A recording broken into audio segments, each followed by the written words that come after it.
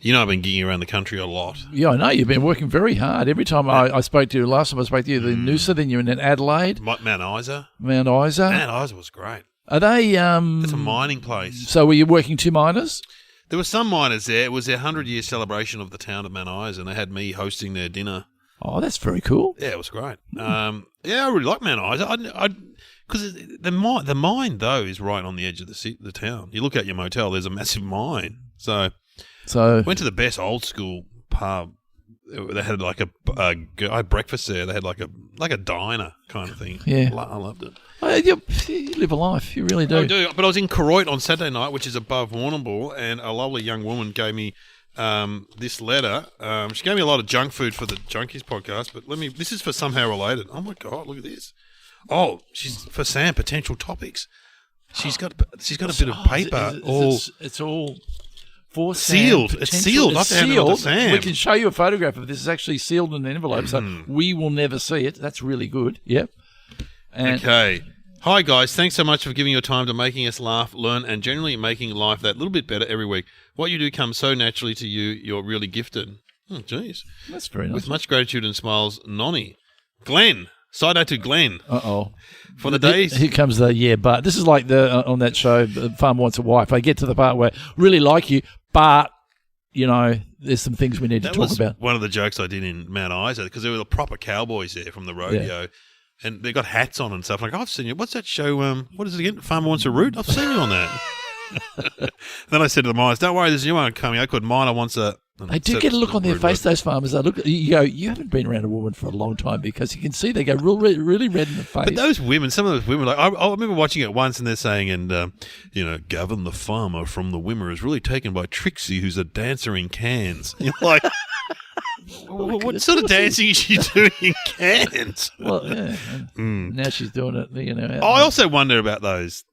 I mean, I think to, take on a farmer and take on his or her life, that's a big step for a city person, don't you reckon? Absolutely. But, a lot of some of the girls, here we are talking about Farmer Wants a Wife. Do I watch it? Okay, it's on the TV when I wander around. I liked it when I saw it. I haven't seen the new series. It is good. It's much more genuine than... The Bachelor or Maths or any of those, because you can tell that they're set up for melodrama. I mean, they have to do a little bit of trickery, but they seem really genuine girls, and the guys seem like, I think the guys are all genuine. I don't think... then maybe they throw a bit of a curveball in there, someone that's muck it up a little bit. Bit of a cad from the B&S balls. Yes. So what were we going to say? Dear Glenn, for the days you're not vibing the white wine and soda water, yes. Can I recommend the enclosed tea or herbal tea of choice, steeped in about a quarter cup of boiling water, chilled and served with a flavoured mineral water like a lime or raspberry, and maybe a touch of fresh mint and ice. And she's given you... Oh, she's wonderful. What's her name?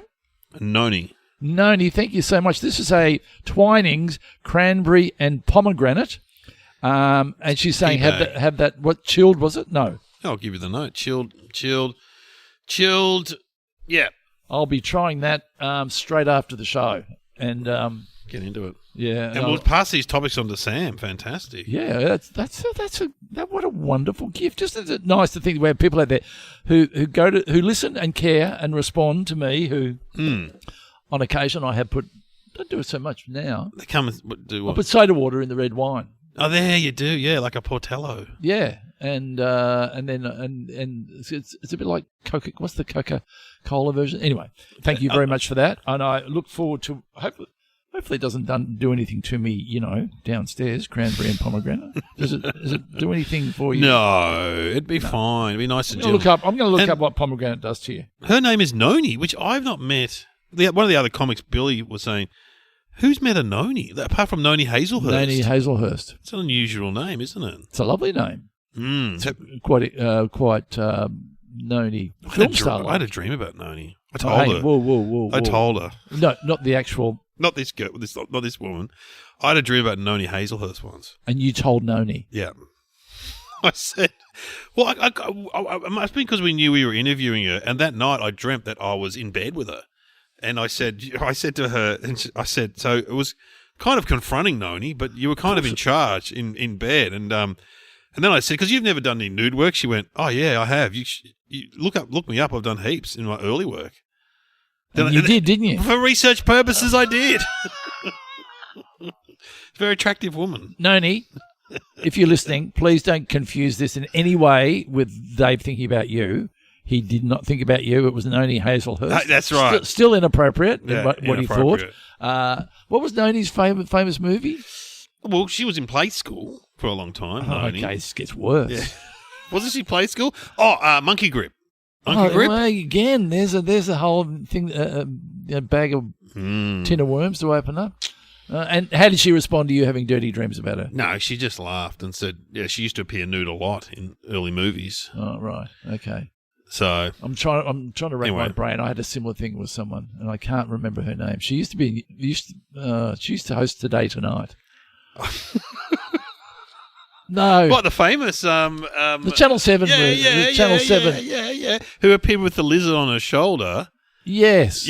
Yeah. I'd say we're having a noble moment, but I don't think Ross Noble would know who we're talking about. No, people I are probably yelling. can't tell the story anyway. People are yelling at the radio. Well, I'll tell you the story. The story Okay. was she was hosting Today Tonight, I think, and I don't know whether I should tell this story. Go on. It's probably not as bad as yours. I had to record I had to set up the video recorder back in the day when you had video recorders. Jesus. Okay. My stories go back a long way. Ancient. I was in the shower, remembered, when you turn the shower, you go, oh, I've got to put the video recorder on to record something that night. I run out. She was hosting the show, and I was standing there in the nude, and all I'll say was it was a bit weird, me standing in front of the television with her hosting the show, and... Naomi Robinson. Yes. But it was weird just standing there in the nude and she was hosting the show. I just felt like she could see me. Anyway. Did you tell her? You would have known her. I told her. And what'd she say? I can't say what she said. No, when we do pillow talk. Somehow related after dark. I hope you're doing well. Naomi. She was huge for a long time, wasn't she? Yeah, As a celebrity, and people used to, on Full Frontal, someone used to imitate her and stuff. And I don't know what she does now. But she sort of did that for a while, then sort of fell back into sort of doing, journalistic stuff, maybe at the ABC or something. But yeah, there's a whole raft of those people that used to appear. Remember Susie Wilkes? Yes, Susie, from Changing Rooms. Changing Rooms. Yes. So I remember we interviewed her one day when I was doing radio with Sean McAuliffe, and Sean McAuliffe's like, "Who's Susie Wilkes?" Because he didn't know any of those reality TV shows. That he didn't of course he knew. Why are we interviewing this woman from this reality TV show? Yeah. And then she sits next to him and goes, "Hi, Sean, I'm a big fan of yours." Yeah, he melted. He melted. Yeah. And at one time when the mics were off, I looked over and I heard Sean saying, "I think you'd be great working with animals. If that's your dream, you should achieve it." Yeah, you go get over yourself, Sean. And then she leaves and he goes, "She was lovely. She was delightful." Delightful. Of course she was. Yeah.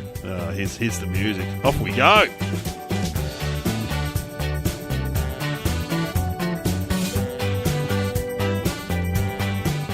Welcome to Somehow Related Now. Please welcome your hosts Glenn Robbins and Dave O'Neill.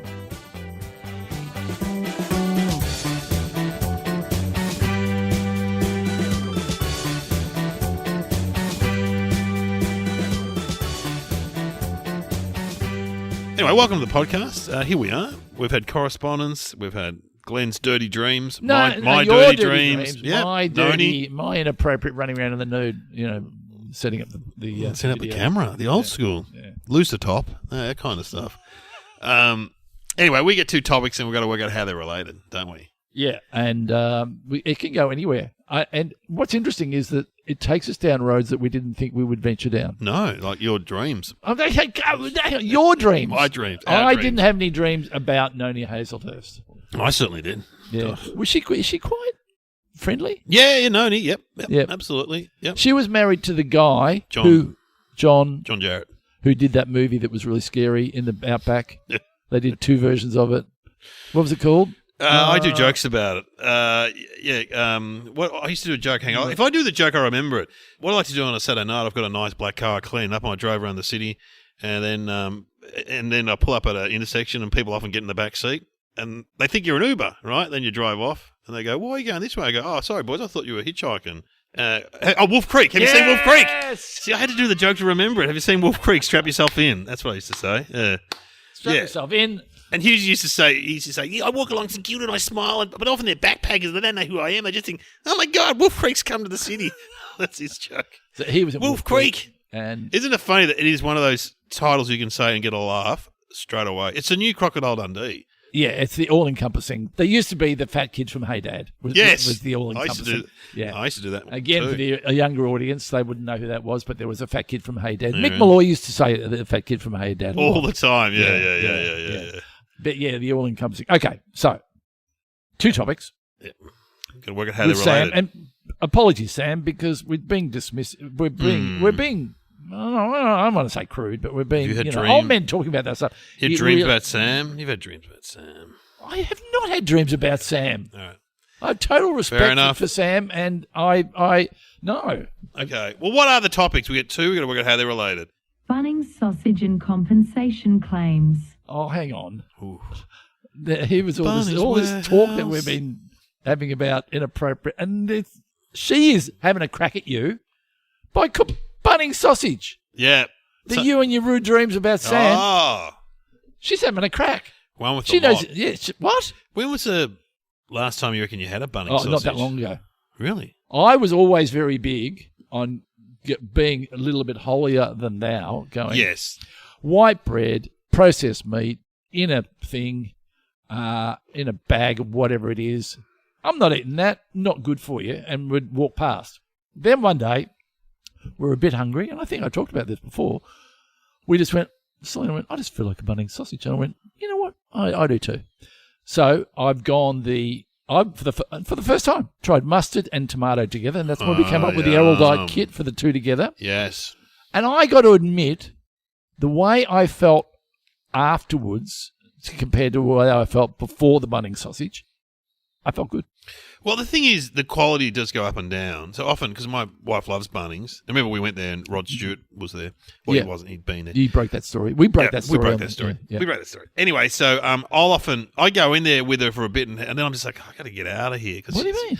Well, she spends too much time in there looking at the plants. She Oh, goes to well, the you plants. know that there's 4 things that happen. They predicted 4 things that happen when you go to Bunnings. What? That you'll have an argument. Yeah. You'll get trapped. Yeah. You'll overestimate your ability, Oh, yeah. and then you'll completely question your motive. Ah, really? Yeah, is that 4 or 5? Oh, that's 4. Yeah. So, But an argument's big. That's why yeah. And I'll just go stand at the front, and often there's a sausage stand if it's on the weekend, and I'll buy a sausage. But I noticed the quality is inconsistent because it's not actually employees of Bunnings cooking them. They're volunteers from schools or it's money raising. CFA or Yeah. yeah. So some of those people are guns when it comes to You know what they should have? They should have a sausage threshold. You'll be guaranteed that the quality of the sausage will not fall below a certain threshold, because you don't want to take that risk where you have the sausage, you enjoy it, then about an hour later you go, oh, something doesn't feel right. yeah. Well, where else do you get a sausage like that? Where's the other occasion, the event where you get a sausage out the front of somewhere? Well, sometimes the butcher shop down in Brighton. That's true. They will. And election days. Yes. And I always think of the great Brad Oakes' joke when he goes to vote and gets a sausage, and the guy behind the sausage goes, "Have you had a sausage somewhere else today, sir?" That's a great joke. Because I used to talk about Kel Knight. He invented a sausage for election day. Oh, did he? Yeah, he had it was a sausage with a pencil in it. So yeah, you could take the Sounds a bit unsafe to me. Well, no. Well, the sausage. It's like sausage on a stick. Yes. So okay. you have your sausage on you eat your sausage, then you take it into the voting booth. God, he's a genius. And you vote with the pencil, and you give it back, and they put another sausage on it for somebody else. Wow. I think it's good for the environment. I think it's saving on pencils. Anyway, I mean, do you have sausages at home? You would No. never have them. no. Yeah, we oh, do. no. We do as a treat sometimes, but not as the mainstay. Oh. Sometimes I'll buy some, highly cut, refined meat, like an eye fillet or something, and I'll say to the butcher, because I go to one of those butcher shops that do all the made-up ones. Yeah. All the dishes that are all the stuff that are made up. Yeah. And I will throw in a chicken sausage. I'm prone to throw in a chicken sausage that we will, if we've got some white bread at home, you have that as your entree. Oh. And then you have your mate. Then you have whatever else it is. But Selena, after a hard day's work, she loves a sausage on a bit of bread with tomato sauce. Oh, yum. Yeah. My kids love them. So you have them. So they are on as a meal. Would you have them once a week? No, once maybe 2 or 3 weeks, and you just get thin beef ones. Yeah. And you serve up. Well, the classic thing, what I like to make is mashed potatoes, corn, peas, carrots, broccoli, or Brussels sprouts. You're painting a picture. And then you have the sausages on the plate, and then you have bread and sauce and mustard. So you do it yourself. Yeah, and onion. It's a family coming together. How joyful is that? A family coming together for a sausage. It doesn't get any better than that. Yeah. Yeah. And they just taste good. They are very, very easy to eat. Yeah. Do you cook them inside or go to the barbecue outside? No, my barbecue roasted over, so I do it inside in the fry pan. In the frying pan. Or on the grill in the oven. Depends. They are interestingly quite a tricky item to cook because they can cook a bit too quickly on the outside. Yes. And the inside doesn't. Yeah. You've got to cook them for a long. Sausages take a long time. They take a long time. They don't take not like a schnitzel. A schnitzel's like 5 minutes one side, 5 minutes. Bang, job done. Chicken done. Man. But a sausage, 20 minutes, 25. So if it's up too high, it's going to burn the outside too quickly. I do like a burnt sausage though. My dad used to boil the sausages first. Oh. What would that do? That's old school. That's just making sure they're cooked. So they're cooked right through. But as I said before, on this very podcast, Mum would buy sausages. She'd buy an extra one, and I would eat it raw. Disgusting. I would eat Little it raw, Glenny with his raw sausage. eat it raw. I know. How did that start? I do not know. Because sometimes the sausage will, when you're cooking it, it will spurt out a little thing, a little end bit. It'll be a little knob that comes out, and it's not quite cooked, but you'll snap it off, so to speak, and you will put it in your mouth. Well, you'd have to blow on it first, and then you put it in and it's beautiful. Oh, that bit of sausage meat. But also, you're not meant to prick them. You know how Dad would always prick them? You're meant to not prick them because you keep the fat inside the skin. Yeah, so they don't lose flavour. Yeah. Because when they do them at the you want high turnover at Bunnings because low turnover means they're sitting on the grill for a long time. Yeah, you don't want that. No, and you go, oh God, this is like eating a stick. It's just all too overdone. Do you ever go to like a local barbecue and use them? We always talk about it. We haven't done it often. What do you mean? Well, like down the beach, they've got barbecues on the beach. Oh, have you ever done? Do you do that sometimes? We used to do it years ago. We used to, but then I remember my friend. We used to say, gee, those barbecues along the Geelong foreshore are so clean. He was jogging one day at about 5 a.m, saw these rats up there licking and they were cleaning the barbecues. So you would go and you'd push the button underneath, which would make it go for 5 minutes, and then you wouldn't know whether it stopped or not. Yeah. Because we used to go and we would do the whole thing. We would light the fire. Oh, wow. And there would be a metal grate. There'd be the concrete. That's old this school. is out in the bush, though. This is not at a park. This is right out up in the... And my brother's kids... love doing bush fire brigade, which is, you know what that is? No? Setting fire to something. Well, when they think that you're finished with the fire, they go and piss on it. Oh. And they used to get so excited about doing bush fire brigade, they kind of go in a bit early. Yeah. Mate, I got my sausage on there, you clown. Not yet. Wait till everyone's eaten, and the steam that comes off is repulsive. Terrible. You're going, don't do that. Oh, anyway. God. Bunnings sausage is interesting. It must have been someone's idea originally to do that, to do it at, because it's not something that used to happen at Mitre 10, is it? I mean, I suppose in the old days you would go to like your local butcher, and there would occasionally be a fundraising sausage sizzle, wouldn't there? To me, it's more of a football or a fate thing. Your local football club, they have a bit of a. But yeah, I agree with you. They've made a conscious. Does that mean that every Bunnings has a sausage? Now, hang on. Is it only 1 day a week? It's on the weekend. It's every Saturday, Sunday. Yeah. Would every Bunnings have a Saturday, Sunday? Not everyone, I reckon. But I reckon there's one that I go to. I reckon a lot.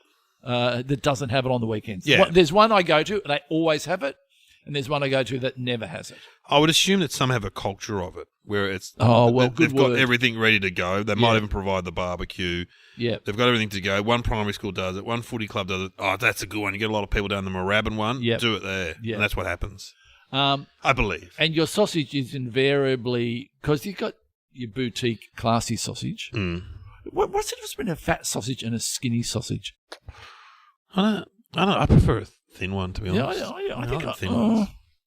I think, yeah. Fat one, you just... I've never seen a fat one at a Bunnings. No, they're always thin. They're always thin. And they're always pork, are they? No, they're often Lamb? beef. Beef. And it has a funny... What colour is this, an uncooked sausage? Yeah, that What sort of grey, pinky, browny pink. Pinky. So they don't look very good. Okay. Wasn't there something about Bunnings? Didn't someone take them to court? Was there something about the onion going on first or second?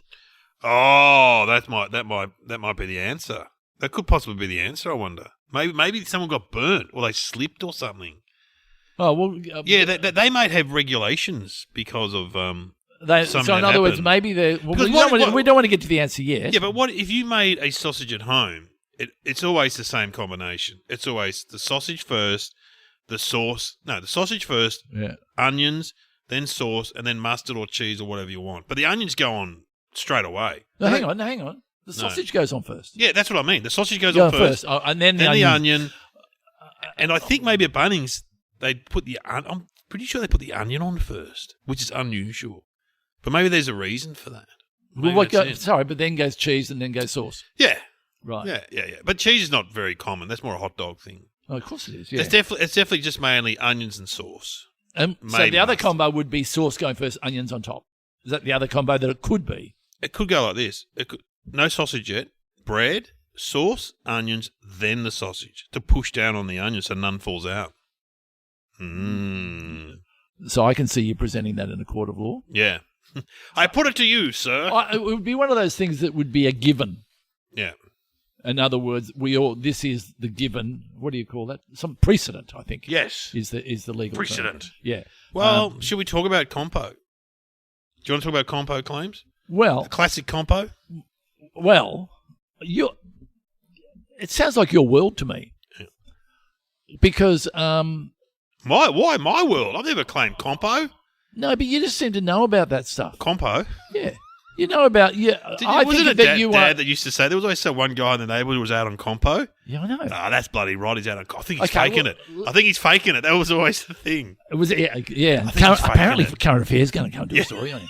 Going to follow him around. Because that was a classic story on the Current Affair where there'd be, Don's out on compo for 3 months for a bad back, and then they've got footage of him putting on fruit crates.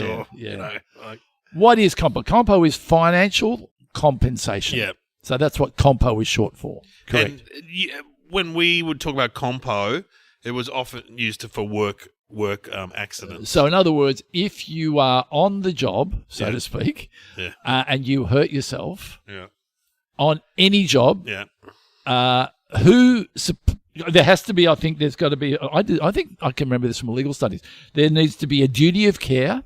Right, from the employer. There needs to be a breach of that duty of care. Yeah.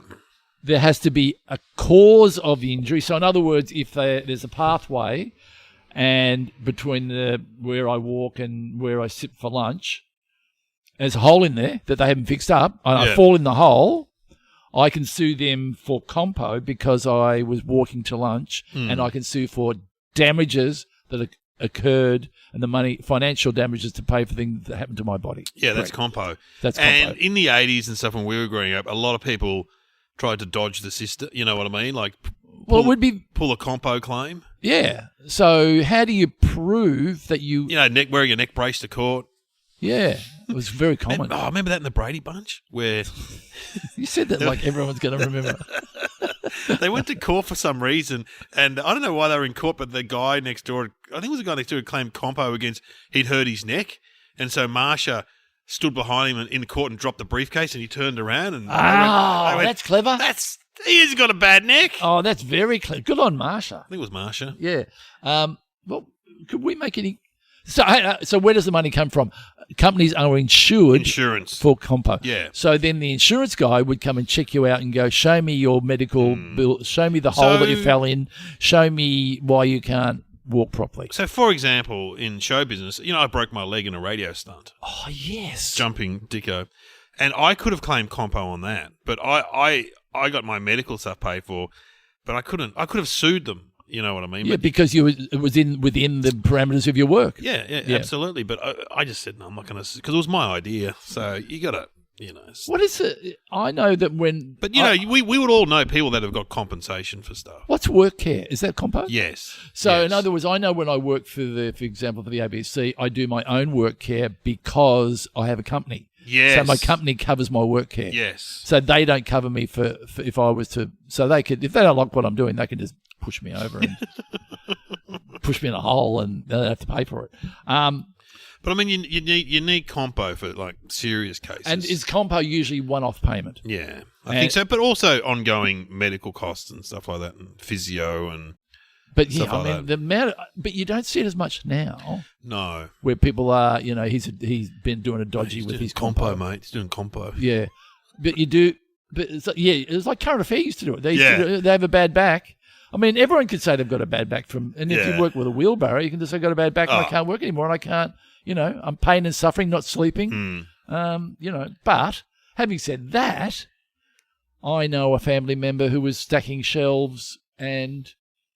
No, I won't say. She was stacking shelves at the supermarket as a bit of part-time. Someone put a box behind her. She didn't know the box was behind her, fell backwards and messed up her shoulder. You're going, you've got to be paid a lot of money for that. You do. That's when you need compo. That's when the compo is working for good, not evil. So it's absolutely valid. Yeah. And, I'll stand firm on that. It's a shame that so many people exploit the system. No, you need it. You definitely need it. Public liability. It's not public liability. Is there compo? If we walk down the street and trip over a bit of cracked concrete, can we make a compo claim to the council for not fixing up their... Yeah. So you can. But there's absolutely. too much of that, isn't there? Well, there's a lot there, but there's a lot of dodgy stuff. You know what I mean? Like they found... What was I reading the other day? Some guy said he found... I read this fact that he found a cockroach in his Pepsi can. I think it was Pepsi in America, and they got the Pepsi scientists to stand up and say, "Well, the cockroach would have dissolved within 3 months." So you're telling a lie. That's good, isn't it? It's great. When It's a great fact, isn't it? Like, yeah, the Pepsi would have killed it anyway, mate. I don't know what you're doing. You know what I mean? Like, so I mean, we were at a restaurant once, and my sister-in-law got served like stir fry and had a rubber band in it. No, it had a rubber band in it, and that was on the extras. You could get mushrooms, you could get spinach, wilted spinach, and you can get sautéed rubber band. And I went to another place once, and someone got a Band-Aid in there. Oh, so what if you're really litigious, you could say, "Well, that's it. I'm going to sue this company." Or you could take a photograph of it. You could say, but hang on, nothing happened. That's right. Oh, I was on a plane the other day, and the host, male air steward, spilt hot coffee in my lap. Oh, God. Because I often think about that. Oh, man, it hurt. They do it so with a little bit of bravado. And what did she say? Sorry about that. Oh, no, they were really concerned. So you got a bit of scalding on your what part of the body? Well, close to my... On your Bunnings sausage. Very close on the inner leg. And so, luckily, Kieran had said, "Do you ever take a change of pants when you go to do these gigs and wherever?" I'm like, "Nah." She goes, "Oh, you should." And luckily, I had a change. I said to the woman, "I'm gonna," and the guy was pretty flustered, and his colleague said, "Oh, God, we'll get some towels." I said, "No, I'm going to change my pants in the toilet or whatever." I imagine that you're being Dave. I know you were very nice about it. I was nice, and then she gave me a Kit Kat. She did not. She gave me a Kit Kat. What are you, grade 3? I got paid off with a Kit Kat. Paid off with a Kit Kat. Having said that, Anyway. Kit Kat, was it a big Kit Kat or a small Kit Kat? Small one. Small one. 2 fingers. Because Anyway. that is a problem because you have a stain in a certain area and you're standing up on stage with a light on you. Absolutely. It No was in one's the thinking crotch. about your jokes. Everyone's going, he's soiled himself. He's weed himself. Like that guy did in that movie. Oh, yeah. What was Yeah. it? Is it Borat? Bradley? Oh, Bradley Cooper. Yeah. Wearing his pants up on stage when he's... Yeah. Sorry. With Lady Gaga. Lady Gaga. I've never seen that movie. Is it good? Look, yeah, it is. So good. he's a big star and he takes her under a wing. Yeah, and then she grows and she becomes bigger than him. And then he he's weaves himself on stage. Yeah, that's the whole story. That's the highlight. Roll credits. You've what's seen it it all called? now. Oh yeah, Piss Pants. It's a great movie. Yeah, I think he made it though.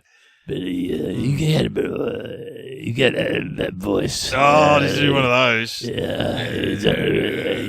I'm going to piss my pants. So, but would there not be is it statute of limitations on compo?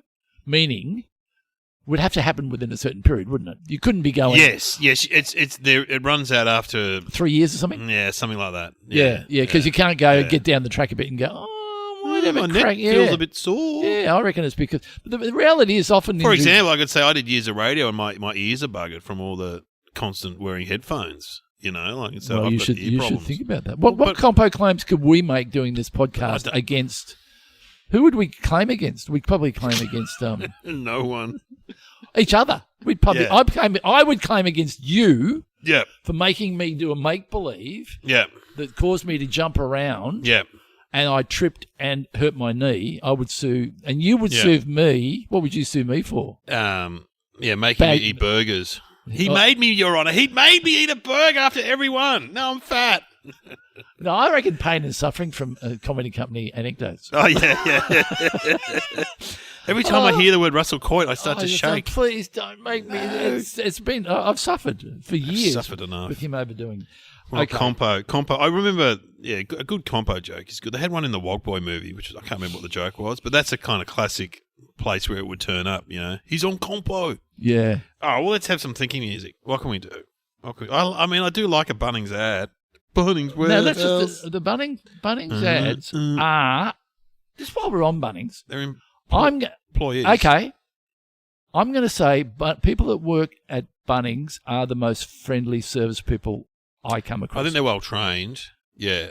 But they have a matter of factness to them that I like, and they don't make you feel stupid, because if you go, can I have one of those screwdrivers with the cross on the top? You mean a Phillips head? Yes, a Phillips head. And, one of those bits of metal you bang into a bit of wood. A nail. Yeah, a nail. Sorry, I couldn't think of what it was called. I think they get a lot of those people, so that... Yeah, they're pretty good. And it's Bunnings is good because they employ old people.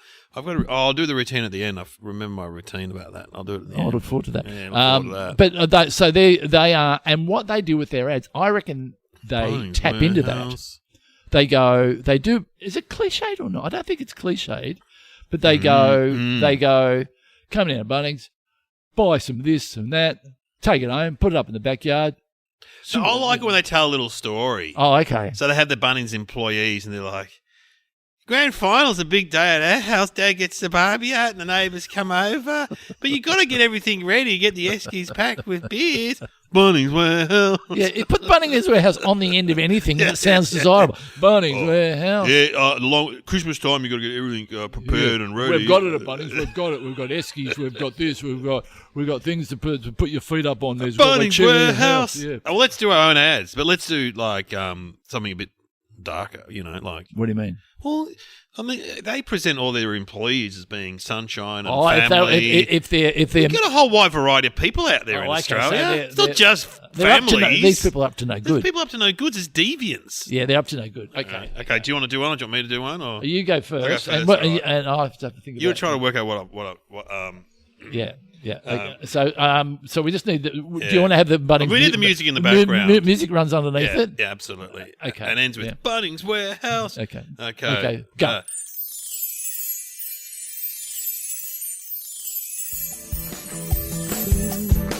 Yeah, long weekend's coming up. It's always a big weekend at our joint. We get all our like-minded people down in the basement, and we need chains, we need whips, we need a harness. And I tell you what, Bunnings caters for everyone in the S&M community. I love Bunnings. Whips and chains, $4.99 each at Bunnings Warehouse. Yeah, my dad's an arsonist, and he likes to regularly go down to Bunnings and get some fuel, some stuff to light a fire, some igniting equipment, and gets it all and has a top weekend. Oh, thanks, Bunnings. Cans of petrol, canisters and matches, $4.99 at Bunnings Warehouse.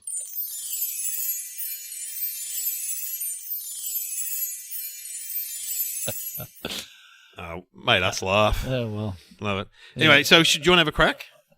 Yeah, I reckon. I think we said it before. I reckon something has happened where they've been out there cooking. Someone's dropped a slippery sausage on the ground, and someone slipped on it, and they've sued Bunnings because the sausage sizzle is a part of Bunnings, not independent of. So they sued Bunnings for stepping on a slippery sausage or onion or bread or whatever it was.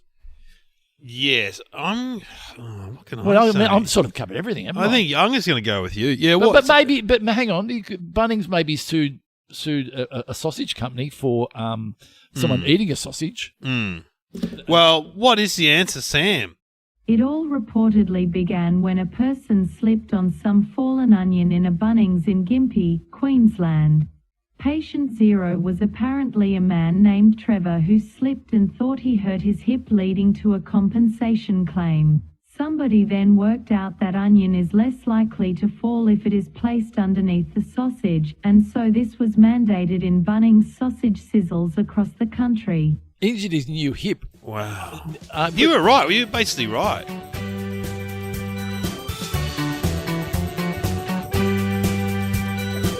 You have been listening to Somehow Related with Glenn Robbins and Dave O'Neill.